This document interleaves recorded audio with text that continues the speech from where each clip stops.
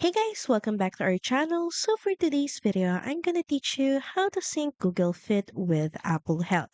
So first, of course, in your iPhone, make sure that you download these two apps.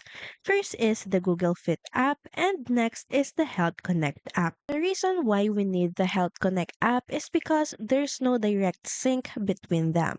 Google Fit and Apple Health are made by different companies, which is Google and Apple, and they don't talk to each other natively. So we'll need a third party app to sync data between them, and that is the Health Connect app. Now, from here, head over and launch the Google Fit app.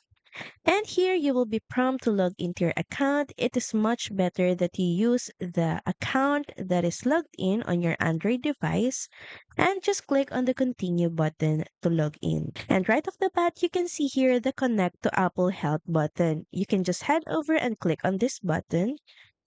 Grant access permissions by clicking on Turn on All, then click Allow. And once Google Fit and the Apple Health app is connected, data like steps, workouts, heart rate, and sleep will now sync between Google Fit and Apple Health.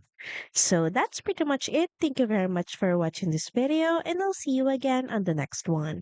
Bye!